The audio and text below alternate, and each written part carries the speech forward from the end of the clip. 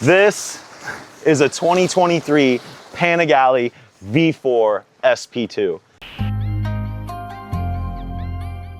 Yeah. So I find this marketplace ad that this guy's selling a Panigale V4 SP2, the $40,000 one, for $6,000 on Marketplace. I see the location and he's 5 minutes from my house. So we are on the way over there to go look at the bike right now. And if all goes to plan, I mean, shoot, if you guys are watching this video, then you already know like what's about to happen. We're about to purchase the cheapest Panigale V4 SP2 in the country. Man, this is exciting. Like, I'm stoked for this, bro.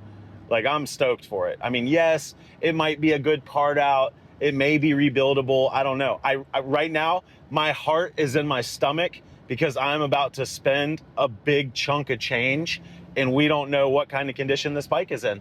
But let's go check it out. Now, it does look like the bike was wrecked. Like the front end's like snapped off of it. But we don't know how bad. We don't know how bad. You see it? Oh, it looks like it's under a tarp over there.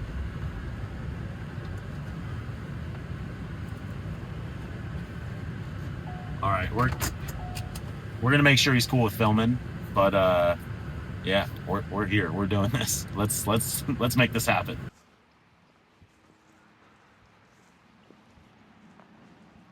So I've been talking to D for a little while now. The dude sounds cool as shit. And honestly, like, has a really crazy story to tell you about this bike. So we are here. What's going on, man? What's up, buddy? You mind if we film? Of course. Awesome, bro. Hey, pleasure to meet you. Jay, Nice to meet you. D, awesome. Chris, Nice to meet you. you too, brother. This is the bike in all of its glory. Man, Go ahead.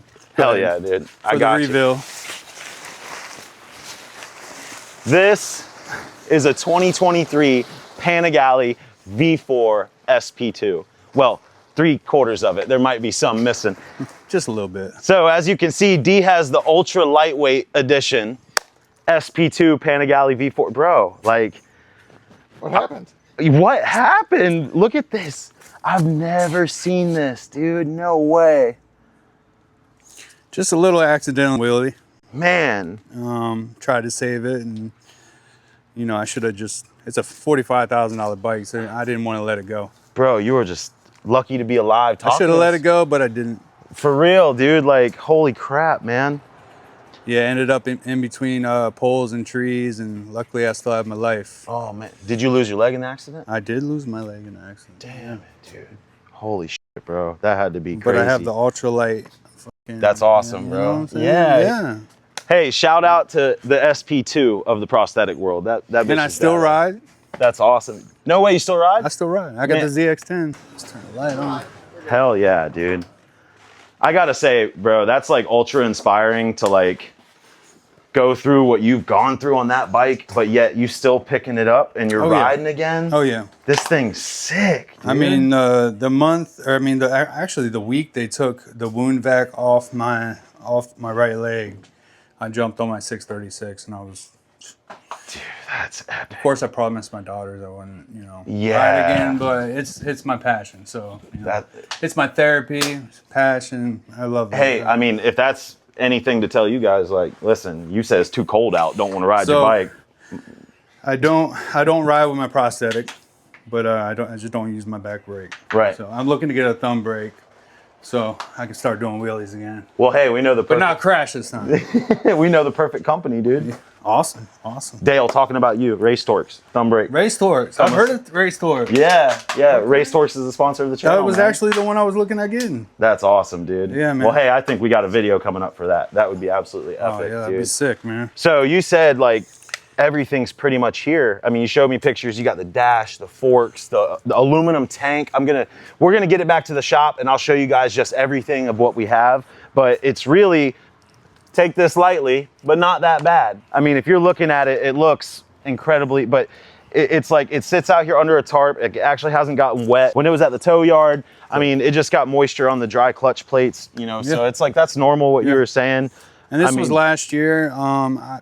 It's been sitting for about about 3 months here. Yeah. I was gonna rebuild it, but it's just too fucking much money. Them Italian parts and with tariffs now. Yeah, that's the It's- thing it's is, I not. mean, you could easily be 15, 20 Yeah. grand into rebuilding You the know. bike up. I had 66 grand when I crashed the bike. I'm down to with no job. So Yeah, you dude. know.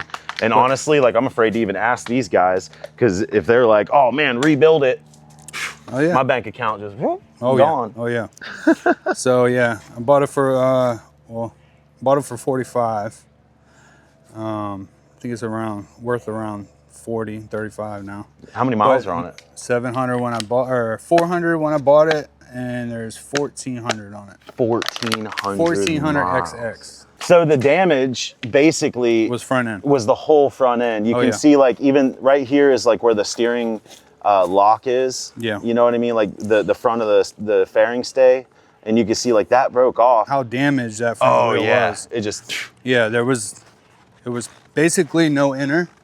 you have the front wheel here? Yeah, yeah, the front wheel here. This is the front wheel, I guess what's left of the front wheel That's it. after the accident. It's not just a tire. There's actually what's left of a BST carbon fiber Rapid Tech wheel in here. That'll definitely be the coolest freaking table ever. Tire's still Tire's good, though. still good, dude. It almost looks like a full bike, dude. Check her out.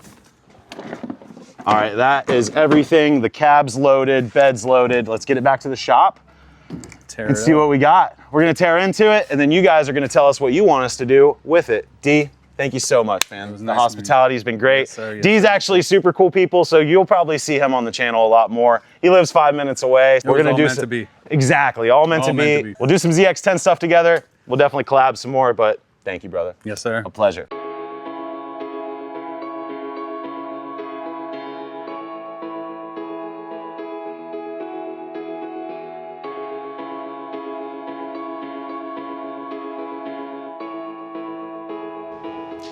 We got everything kind of put together to see what we got here. And there's like, I don't know, a good 7/8 of the bike. I think we did all right.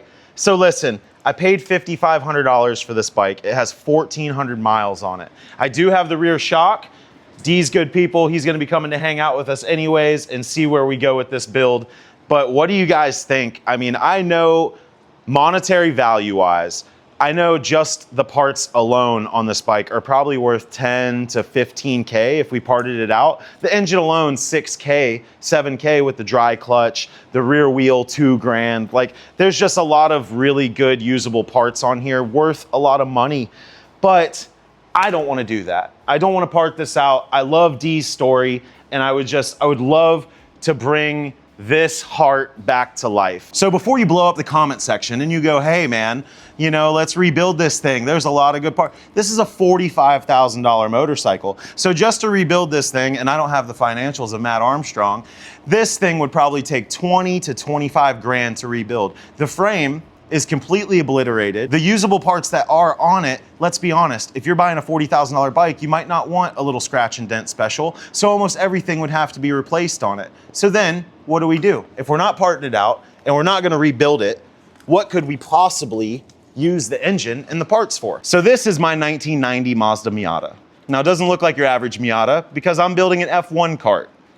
It's kind of in limbo right now because I'm just not in love with the power plant that we chose to put in it. This cart is 360 pounds right now and will have full independent cantilever suspension on double A-arm wishbone. Right now I have a 2018 MT10 motor in the back. It makes about 160 horsepower, but we were gonna boost it, get around 200 horsepower. So what if we put the V4 engine in this? Just how crazy would it be to have the 234 horsepower of the Panigale V4 engine in this 700-pound full tilt race cart? I don't know, I'm just crazy enough. So this is meant to take a motorcycle engine and Miata axles and have a Formula cart. So the engine is sick, it's modern day, it's not even underpowered, but it just doesn't have that right? But now what if we put a big ass bowl of pasta in it, right? Like 234 horsepower in this thing. It's definitely too much, but live axle, chain driven, Bop, bop, bop, paddle shifters. Oh man, I've got the whole setup for it. We're just waiting on pedal boxes. But tell me what you think. Do you guys think that we should throw it in the badass street legal race cart? Or do you think that we should bring this bike back to life? We're doing whatever you guys choose, but I'm never gonna financially recover from this. Thank you guys so much for watching. We'll see you next episode.